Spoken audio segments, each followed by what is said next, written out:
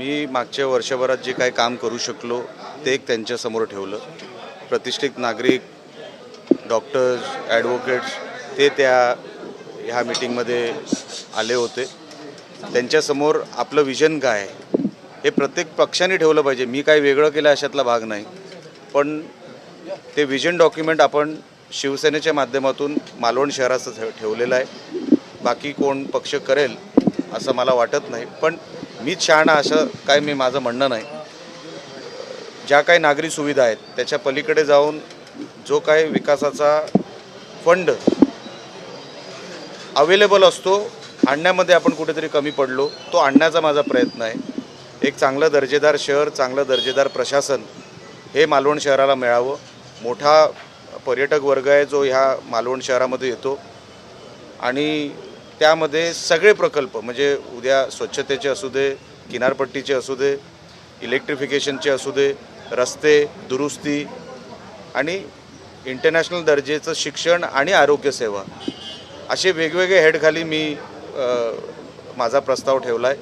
जे काम सुरू आहे ऑलरेडी त्याच्यावरती गव्हर्नमेंटकडे पाठपुरावा सुरू आहे.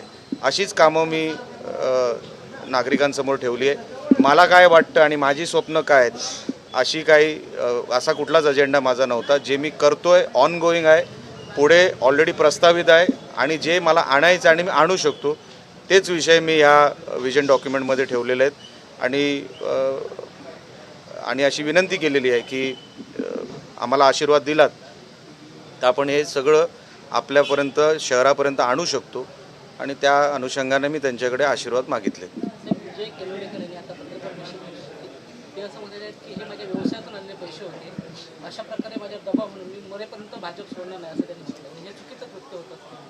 त्यांना बोलवलं कोणी? ड्रामा का करताय? तुमच्या व्यवसायातले पैसे आहेत हे तुम्हाला आता निवडणूक आयोगाला सांगायचं आहे, मला नाही. FIRला उत्तर द्यायचं आहे तुम्हाला कोर्टात. नको ते ड्रामे करू नका. ते पैसे काय आहेत, कुठून आहेत हे त्यांनाही माहिती आहे. नाहीतर काल त्यांनी आदळआपट करायला पाहिजे होती. पुरावा सादर कालच करायला पाहिजे होता. काल पण तुम्ही सगळे होतातच ना. मग काल तुमच्यासमोर नाही म्हटले का नाही हो? कुठल्या तुम्ही व्यक्ती उभा करा की अमुक अमुक व्यक्तीने मला हे पैसे दिलेले आहेत, मी स्वतः येऊन त्यांना जे काय आहे मी माघार घेतो. त्यांनी सांगावं ना कोणी तुम्हाला हे पैसे दिले. अच्छा, आमचा तर आरोप फक्त त्या एका बॅगेपुरता नव्हता. हे जे काय लपवालपवी चालली आहे ही मोठी आहे आणि त्यांचं रॅकेट आहे मला माहिती आहे ना. ते काय म्हणतायत ना त्याला अजिबात महत्त्व नाही. ते खोटारडेच आहेत, खोटं बोलत आहेत. आणि तुम्ही भाजप सोडावं हे कोणाला वाटतं? कोण बोलवतंय तुम्हाला? अशी लोक नकोच दुसऱ्या पक्षांमध्ये. तुम्ही आहे तिकडेच राहा. मला काय, आम्ही काय प्रवेशासाठी त्यांच्यावर काय दबाव टाकायला? एवढे काय ते राष्ट्रीय नेते आहेत? 5 मतं नाहीत त्यांच्याकडे. विषय किती मतांचा आहे तो नाही आहे. बोलवलं आहे कोणी तुम्हाला? आम्ही काय तुम्हाला प्रपोजल दिला आहे का असं कुठलं? आमच्या कुठल्या सहकार्यांनी पण नाही. पण ते जे काय म्हणतायत हा व्यवसायातला पैसा होता तो त्यांना प्रूव्ह करायला लागेल निवडणूक आयोगाकडे, माझ्याकडे नाही. मला सांगून काही उपयोग नाही.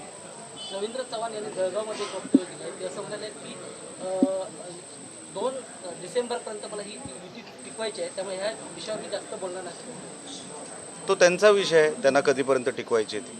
मी त्यांच्या वक्तव्यावर कसं बोलणार? तो माझा काही विषय नाही आणि ते काय माझ्या ह्या